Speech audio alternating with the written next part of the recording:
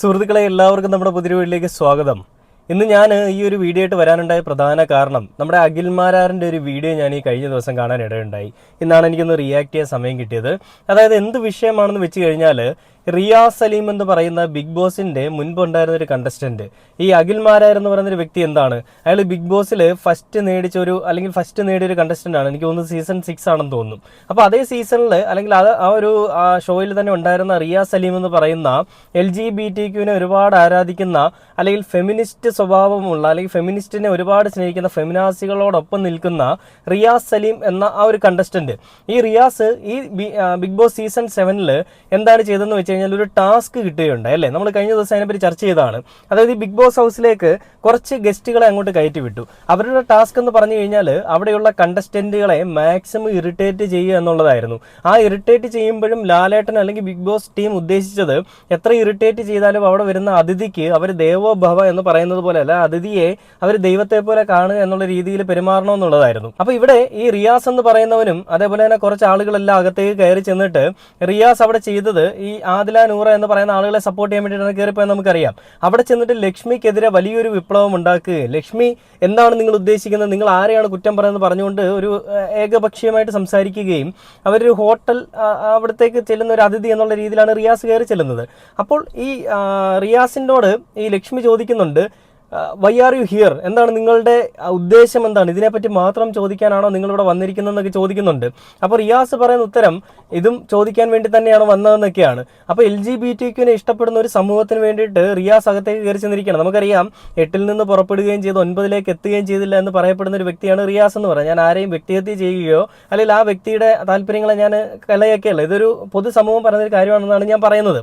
അപ്പോൾ റിയാസ് സലീമിന് ഇവരൊക്കെ ആരാധിക്കുന്ന അല്ലെ ഇവരൊക്കെ ഇഷ്ടപ്പെടുന്നത് ചിലപ്പം ഇവരുടെ ഹോർമോൺ ചേഞ്ച് കൊണ്ടൊക്കെ ചിലപ്പോൾ സ്ത്രീത്വത്തിനെ ആയിരിക്കും അല്ല സ്ത്രീയെ ആയിരിക്കാം.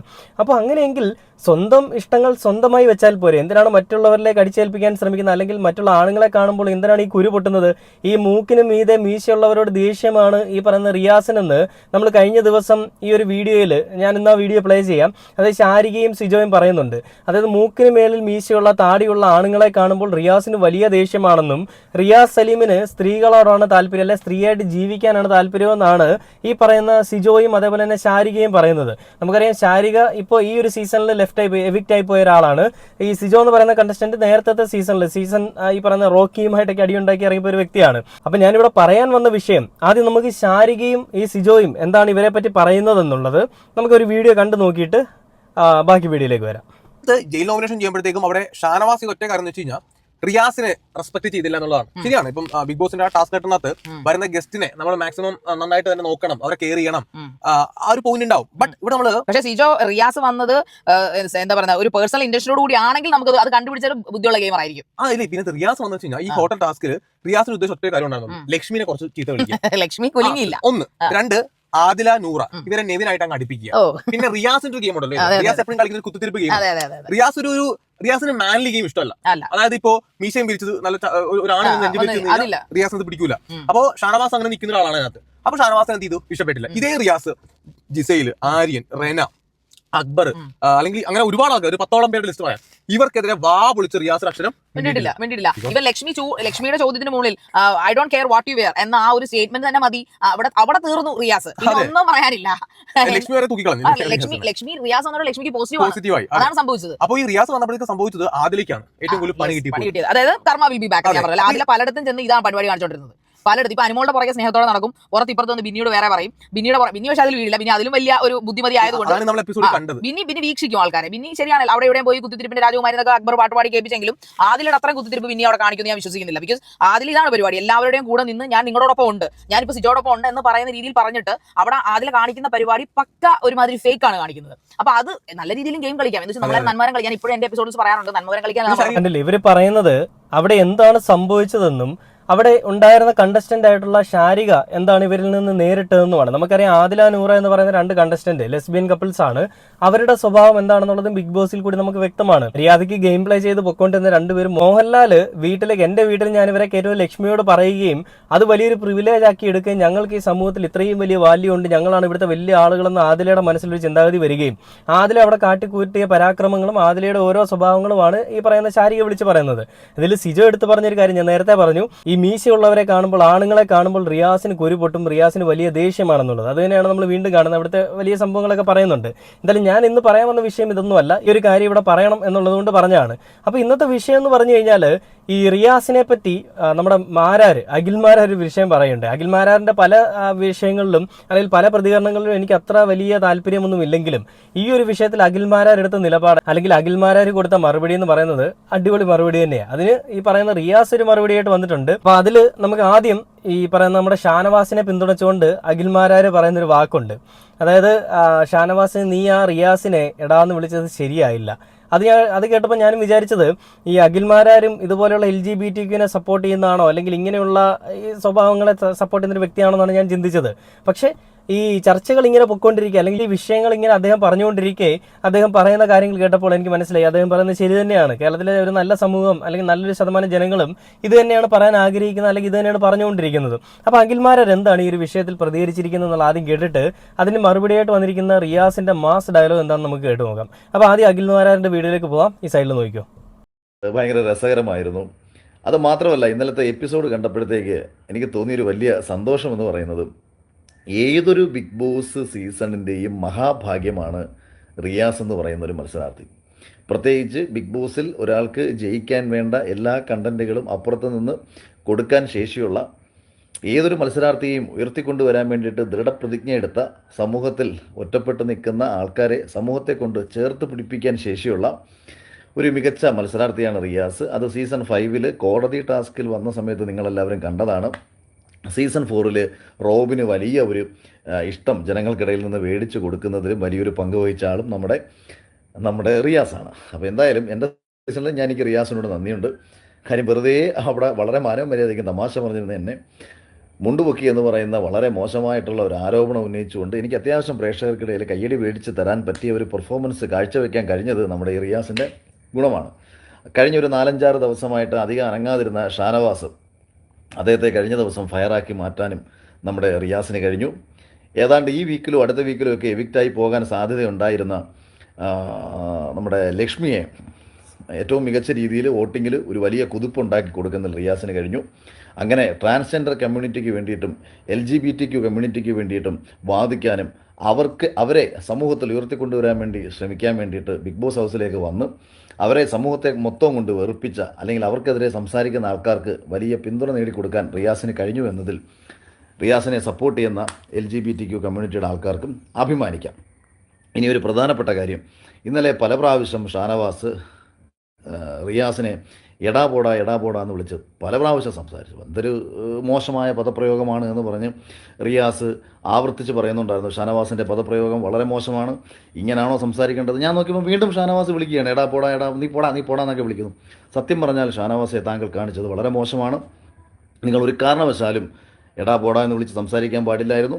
എടാ പോടാ എന്നൊക്കെ വിളിച്ച് സംസാരിക്കേണ്ടത് ആണുങ്ങളെയാണ്. ആണുങ്ങളെയുടെ മുഖത്ത് നോക്കി വിളിക്കേണ്ട വിളി റിയാസിനെ നോക്കി വിളിച്ചു കഴിഞ്ഞാൽ സ്വാഭാവികമായിട്ടും അത് അയാൾക്ക് മാനസിക വിഷമമുണ്ടാവും. അത് തീർച്ചയായിട്ടും ഒരു മോശം പദമായിട്ട് തന്നെ അയാൾക്ക് ഫീൽ ചെയ്യും. അതുകൊണ്ട് അത് ആവർത്തിച്ചതിനോടോ അത് നിരന്തരം അയാളുടെ മുഖത്ത് നോക്കി വിളിച്ചതിനോടോ എനിക്ക് തീരെ യോജിപ്പില്ല. ഒരിക്കലും അങ്ങനെ ചെയ്യാൻ പാടില്ലായിരുന്നു. കാര്യം അങ്ങനെ ചെയ്യത്തക്ക രീതിയിൽ എന്താണ് യഥാർത്ഥത്തിൽ നമ്മുടെ റിയാസ് നിങ്ങളോട് ചെയ്തത്? വെളുപ്പിനെ 4:30 ഉറക്കമെണീറ്റ് ടാസ്ക് തുടങ്ങുന്നതിന് മുന്നേ തന്നെ എണീച്ചു വന്ന ഷാനവാസിനോട് സ്വന്തം ബെഡ്ഷീറ്റ് ഒന്ന് കണ്ടില്ലേ? ഇതില് അഖിൽമാരാർ പറഞ്ഞത്, അതായത് സ്ത്രീകളെ സ്നേഹിക്കുന്ന അല്ലെങ്കിൽ സ്ത്രീത്വം ഉള്ളിലുള്ള ഒരാളിനെ എടാന്ന് വിളിക്കുന്നത് അത്ര നല്ല കാര്യമല്ല, അത് മോശമായി പോയി എന്നാണ് ഷാനവാസിനോട് പറയുന്നത്. അല്പം തമാശയായിട്ടാണെങ്കിലും അദ്ദേഹം കേരളത്തിലെ പൊതുസമൂഹം പറയുന്ന കാര്യത്തെപ്പറ്റി അദ്ദേഹം പറയുകയുണ്ടായി.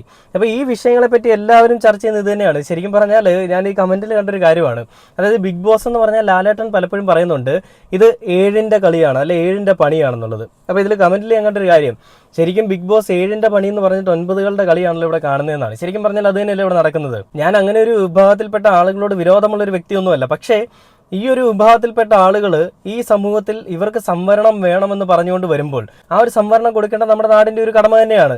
ആ സംവരണവും അവർക്ക് ഇവിടെ ജീവിക്കാനുള്ള എല്ലാ അവകാശങ്ങളും ഉണ്ട്, മൗലിക അവകാശങ്ങളിൽ പെടുന്നതൊക്കെ തന്നെ ആയിരിക്കാം. പക്ഷേ ഇത് തൻ്റെ അഭിപ്രായങ്ങളും തൻ്റെ വിശ്വാസങ്ങളും തൻ്റെ ഇഷ്ടങ്ങളും മറ്റുള്ളവരുടെ മേലേക്ക് കുതിര കയറാനായിട്ട് ഉപയോഗിക്കുമ്പോൾ അത് ഇവിടുത്തെ ഒരു സ്വഭാവമാണ്. ഈ LGBTQ കാണുന്ന എല്ലാം ഒരു സഹതാപത്തോടു കൂടിയാണ് അല്ലേ എല്ലാവരും. അപ്പോൾ ആ ഒരു സഹതാപത്തിനെ ഒരു പ്രിവിലേജ് ആക്കി എടുത്തുകൊണ്ട് മര്യാദയ്ക്ക് നടക്കുന്ന ആണുങ്ങളെയും അല്ലെങ്കിൽ മര്യാദയ്ക്ക് നടക്കുന്ന മറ്റുള്ളവരെയും എല്ലാം കുറ്റം പറയാനും അവരുടെ മേൽ കുതിര കയറാനും വരുന്ന ഒരു പരിപാടി അതത്ര വെച്ച് ഉറപ്പിക്കാൻ പറ്റുന്നതല്ല. നമുക്കറിയാം രാഹുൽ മാങ്കൂട്ടത്തിനെതിരെ അവന്തിക എന്ന് പറയുന്ന ഒരു ട്രാൻസ് വുമൺ അവൻ വന്നിട്ട് വലിയൊരു വിമർശനവും വലിയൊരു പരാമർശങ്ങളൊക്കെ നടത്തുകയുണ്ടായി. ഈ രാഹുൽ മാങ്കൂട്ടത്തിൽ എന്നെ ഈ റൂമിലേക്കൊക്കെ വിളിക്കുമായിരുന്നു, രാഹുൽ മാങ്കൂട്ടത്തിൽ എന്നോട് മറ്റുള്ള രീതിയിലുള്ളൊരു പരിപാടിയൊക്കെ ആയിരുന്നു, അല്ലെ ചിന്താഗതിയായിരുന്നു, അത് ഞാൻ അധികം താല്പര്യമില്ലാന്ന് പറഞ്ഞപ്പോൾ ഈ രാഹുൽ മാങ്കൂട്ടത്തിൽ പോയതാന്നൊക്കെയാണ് പറഞ്ഞത്. അപ്പോൾ ഇതിനെയൊക്കെ കണ്ടു കഴിഞ്ഞാൽ എന്ത് തോന്നാനാണല്ലേ, അത് കൂടുതൽ നമുക്കൊന്നും തോന്നിയിട്ടില്ല. അപ്പോൾ എന്ത് ലോജിക്കില്ലാത്ത കാര്യങ്ങളാണ് ഇവർ പറയുന്നത്. ഇവർക്ക് അതാണ് ഞാൻ ആദ്യമേ പറഞ്ഞത്, ഇവർക്ക് കിട്ടുന്നൊരു പരിഗണന ഒരു പ്രിവിലേജ് ആക്കി എടുത്തുകൊണ്ട് മറ്റുള്ളവരുടെ മേലേക്ക് കുതിര കയറുന്നു. അതൊക്കെ അവിടെ നിൽക്കട്ടെ. ഈ വിഷയത്തിൽ അഖിൽമാരാറിന്റെ പ്രതികരണത്തിന് പിന്നാലെ റിയാസ് സലീം മറുപടിയുമായിട്ട് വന്നിട്ടുണ്ട്. റിയാസ് സലീം പറയുന്നത് ഇങ്ങനെയാണ്: ആളുകൾ എന്നോട് ചോദിക്കുന്നത് അഖിൽമാരാർ എന്നെ സ്ത്രീ എന്ന് വിളിച്ചതിന് ഞാൻ പ്രതികരിക്കാത്തത് എന്തുകൊണ്ടാണെന്നാണ്. ഒന്നാമതായി, ഒരു സ്ത്രീ എന്ന് വിളിക്കപ്പെടുന്നത് ഒരു അധിക്ഷേപമല്ല, അതൊരു ബഹുമതിയാണ്. അത് തരം താഴ്ത്തുന്ന ഒന്നാണെന്ന് അവൻ കരുതുന്നുണ്ടെങ്കിൽ അത് സ്ത്രീത്വത്തെക്കുറിച്ചുള്ള അവൻ്റെ ആഴം കുറഞ്ഞ ധാരണയാണ് കാണിക്കുന്നത്, അല്ലാതെ എന്നെക്കുറിച്ചല്ല.